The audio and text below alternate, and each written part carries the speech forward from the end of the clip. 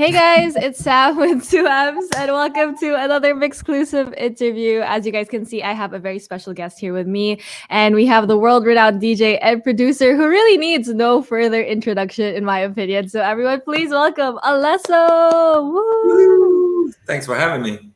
Of course, we're so excited to have you. Alesso, thank you for joining us. But how have you been? How's life? I know it's a little bit crazy right now, but how have you been? It's better than 2020. Yeah.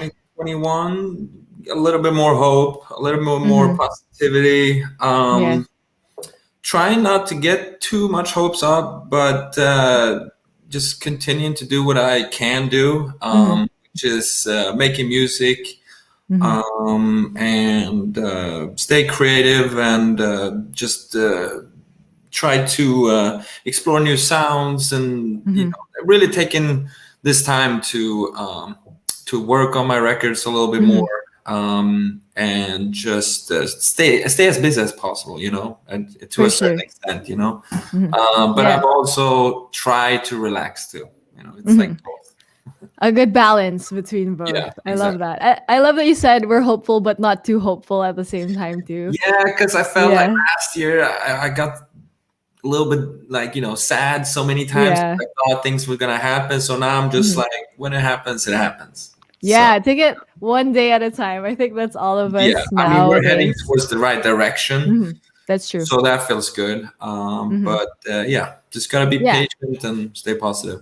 For sure. And I like that you said, you're really staying busy throughout this time. But I'm also curious, like in the last year, on the side of making music, has it been easier for you to create music now that, we had a lot of time in the past year, or was it kind of the opposite? Or did you kind of go through a rough patch too that you were like, oh no, I don't know what to do? And like, was that something that you experienced in the last year? I mean, the main difference, the Hmm. big difference, Hmm. has been I've been able to sit on records a little bit longer Hmm. and kind of like I go into the studio, work as much as I can, and then like a week or two, I'm still listening to it rather than Hmm. kind of like have to rush it out because Yeah. you know when things were normal, I would make music on weekdays and then tour on weekends. So Hmm. I was always on this crazy schedule where I kind of had to finish records, and it was still hard to finish these Hmm. records with those small windows because everything moves so much faster and different when you're on tour, and Hmm. there's days too I need to rest. So records needed to be finished a little bit quicker. And this time, I've been able to go through the records and then get back into the studio and just Hmm. have like kind of quality time with my music, if that makes Oh, sense. Like wow. just be able to sit for days and be Hmm. like, I like this now, but maybe in a week or two I can Hmm. do something better. And I Hmm. also go through phases when I'm making music. Sometimes I'm super productive, but Hmm. like now, the last 2 weeks, I've finished a lot of records, so Hmm. I was kind of like a little bit exhausted in my head of creating. Mhm, So this last week I haven't done anything, mhm. and that has been quite nice because I don't feel like I have to rush anything. Yeah. So it's really just been great to have more time, and also Mhm, have this great studio in Stockholm, Sweden, that I built for like I think I built it like 2 years ago, 3 years yeah. ago, and I really didn't get to use it that much because I was just touring, and now I Mhm. have it, and everything's sounds great in there. So it's a lot of fun making music in there. So that was something great to just be able to sit there for days. Yeah, and I feel like that's the crazy thing. Like, although a lot was taken from us in the past year, I feel like it gave us so much too. Like what you said, time and being able to do things that we weren't able to do before. But I'm also curious, as a DJ, of course, you mentioned like part of your routine was touring a lot. So how is it adjusting to not being able to play massive shows too? It was a shock, of course. Mhm. All of a sudden, you just see. It was like watching the stock market crash for me. I just Mhm. saw my tours just getting Mhm. canceled, Mhm. shows more and more getting canceled, and that was terrifying, because we it's my life and it's how I make a living. Mm-hmm. And it was not like I was prepared for a pandemic to happen, so it Mm-hmm. was a lot to adjust, and it was really scary in the beginning especially the first 2 months. I was really Mm-hmm. worried about everything, but then I kind of started changing my thinking, and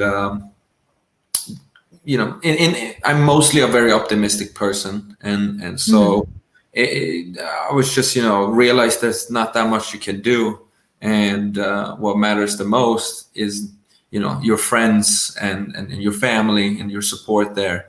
Mm-hmm. So it was just trying to adapt and adjust, really, like everyone else. Mm-hmm. Buying Yeah, toilet.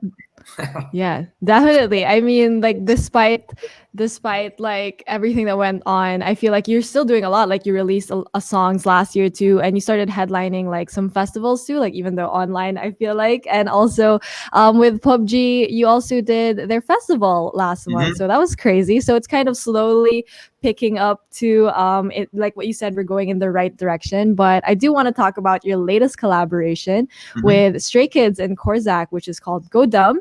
And I'm so excited about this because it's a crazy collaboration between like three different artists from three different parts of the world. So how was it working on the song with Stray Kids and Corsak? Great. This opportunity came in to work with the PUBG Mobile, and I wrote the song "Going Dumb" in Sweden, and was thinking who can help me out and make this a great collaboration, because I felt like it had a very global sound, Mm-hmm. and I've always been so interested in the K-pop world and all these incredibly talented singers and dancer, and Mm-hmm. Stray Kids was mentioned, and they loved the record right away, I think, and then send me a rough version of it, and I was like, Mm-hmm. wow, okay, let's do this thing. And Corsac Mm-hmm. also did his part, and it just kind of naturally came along really nicely. There was Mm-hmm. no struggles really, and that was Mm-hmm. great. And I kind of knew that because these guys are so professional. They're Yeah. so good at what they do. Mm-hmm. It makes me look like a rookie. So Oh. because they're so good, it's like Mm-hmm. crazy. And and the fact that they want to jump on this record and do it together, and have all these 8 guys Yeah. jump on this record, that was Mm-hmm. also something really interesting to me and fun, to bring all their vocals together and create this one sound. and Mm-hmm. and it was just amazing, and some I learned something from it too. Mm-hmm. So I try always strive to become better at what I do, and this was an area that this was the certain collaboration I haven't really done this big. Mm-hmm. So much fun, and I'm super happy people are loving the record, and yeah, hopefully I Yeah. get to play it soon somewhere. I'm sure that would be so much fun. People would really like go dumb to the song, you know what I mean? the Like whole the they whole would thing going down. yeah, they would totally feel all of that vibe. But I like what you mentioned with the Stray Kids and Corsac, of course. Like you mentioned that, having so many people on the track, but everything felt so seamless. Like when we're listening to it, it's like just one like amazing trip, which I think is so cool too. So how does it feel to be able to pull off such an amazing collaboration, especially with everything that's been going on and you guys weren't able to be like physically together? I mean, it's a lot of help of my team and the label, all the people. I need to give them all a big shout out, because it was a lot of emails and this and links being sent. It was a lot, but good. It was fun. I'm so happy. We pulled it through, and Mm-hmm. this project, I still have it on my computer with all their vocals. It's just like the biggest, probably one of the biggest projects I ever have. Mm-hmm. Because when you have so many singers and beats and everything, Yeah. but it's like I said, the outcome is great, and I'm Mm-hmm. so happy and proud of how the whole thing came about. So Mm-hmm. good times. good start for Yeah. 2021. Yeah, it's a good start for 2021 despite all of the challenges, you're still able to bring like three parts of the world together through a song, and I'm sure so many people are so excited to hear it too, like to hear you play it one day, but that's something we have to look forward to. So what else can we look forward to from you, Alesso? I'm sure you're working on a lot of stuff too this year. Yeah, there's a couple of other records coming out this year as well. Mhm. One with I don't dare to say because then I'm gonna get messages every day. When is this song coming out? But there's some people that are really close to me that I have that I'm collaborating with, which I'm super excited about. We've been working almost 2 years on this Mhm. project and this Wow. collaboration. So that's one's hopefully coming out this year. It will. Mhm. And maybe some shows. Who knows? I'm playing in Miami next Friday, so that's pretty crazy. They're opening up the clubs Mhm. there, which is heading towards the right direction.